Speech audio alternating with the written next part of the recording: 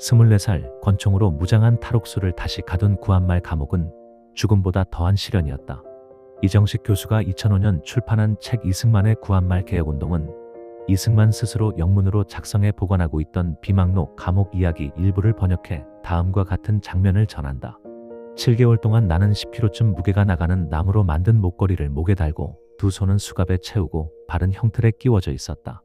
그런 나에게 다른 죄수들은 몰래 감옥으로 들여온 조간신문에서 밤중에 내가 사형되었다는 보도를 눈물을 흘리면서 읽어준 일이 몇 번이나 있었고, 그럴 때마다 나의 선치는 나의 시신이라도 찾아 매장하겠다며 오곤 했다. 그러나 모진 시련은 동시에 이승만을 종교적 구원의 길로 이끌었다. 살점이 떨어져 나가는 고문이 이어지던 1899년 2월 어느 날, 24살 이승만은 감옥에서 어렵게 구한 성경을 읽다 불현듯 겪게 된 영적 체험을 아래와 같이 적었다. 유영익 교수가 2002년 펴낸 책 젊은 날의 이승만에 정리한 이승만의 또 다른 영문 비망록 Mystery Story of His Imprisonment에 등장하는 대목이다.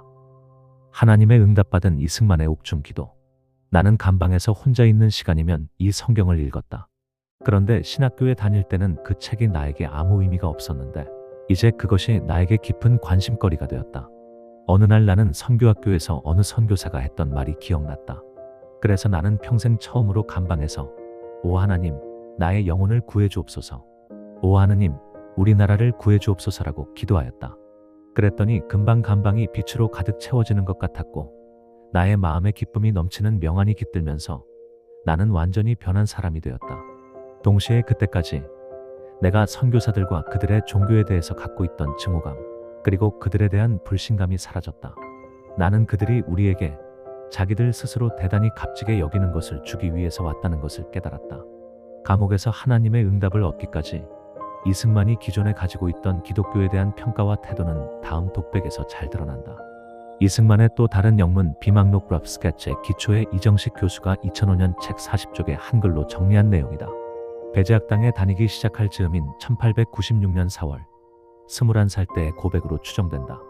나의 관심을 끄는 한 가지 이상한 사실은 1900년 전에 죽은 한 인간이 내 영혼을 구원해 줄 수 있다는 것이었다. 이 사람들은 온갖 놀라운 일들을 한 사람들이라고 알려져 있는데 어떻게 그런 우스꽝스러운 말을 믿을 수 있단 말인가? 아마 그들은 자신들은 믿지 않으면서 무지한 사람들만 그런 것을 믿게 만들기 위해 여기에 왔을 거다. 그러니 가난하고 무지한 사람들만 교회에 가는 것은 놀랄 일이 아니다. 위대한 부처님의 진리와 공자님의 지혜를 공부해 학식을 갖춘 선비라면 저런 말은 절대 믿지 않는다. 쇠락하는 조선의 소중화 대륙 문명, 성리학을 벗어 던지고 세계를 석권하는 해양 문명, 개신교로 세계관을 바꾼 이승만의 개종은 배제학당에서의 신학문과 함께 시작되었지만 결국에는 감옥에서 죽음과 다름없는 고통을 겪으면서 완성되었다. 그렇다면 그의 개종은 이 땅의 수많은 기독교 신자들이 거치는 개종과 얼마나 같고 또 얼마나 다른가? 그의 개종에는 남다른 특징이 몇 가지 존재한다.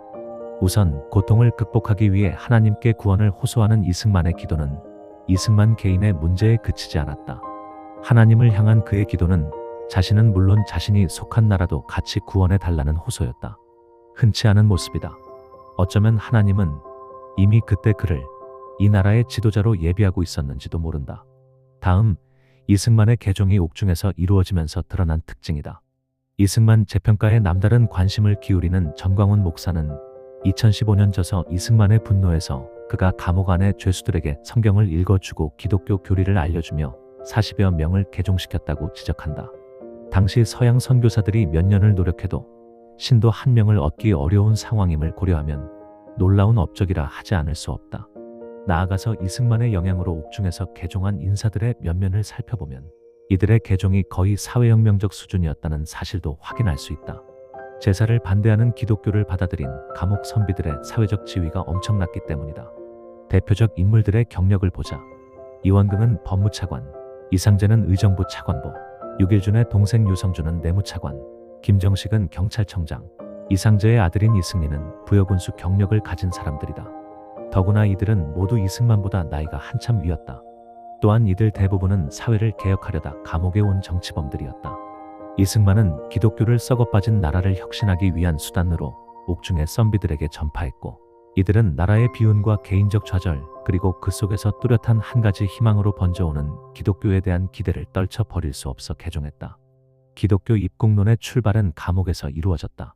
이승만이 개종한 후 보여준 기독교적 헌신은 그의 옥중 소식을 전한 1903년 5월호 신학월보에 잘 기록되어 있다.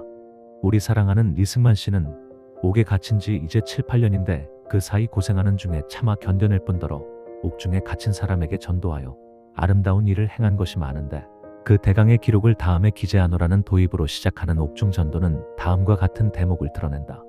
작년 가을에 호열자가 옥중에 먼저 들어와 4, 5일 동안에 60여 명을 목전에서 끌어내릴세. 심할 때는 하루 17 목숨이 앞에서 쓰러질 때는 죽는 자와 호흡을 상통하며 그 수족과 몸을 만져 시신과 함께 섞여 지냈으나 홀로 무사히 넘기고 이런 기회를 당하여 복된 말씀을 가르침의 기쁨을 이기지 못함이라. 낮은 곳에서 어려운 사람들을 위해 목숨을 걸고 헌신하는 기독교인의 기쁨의 찬사역을 이보다 더 극적으로 보여줄 방법이 있을까? 120년이 지나 다시 코로나라는 전염병에 시달리는 지금 우리에게 더욱 돋보이는 모습이다.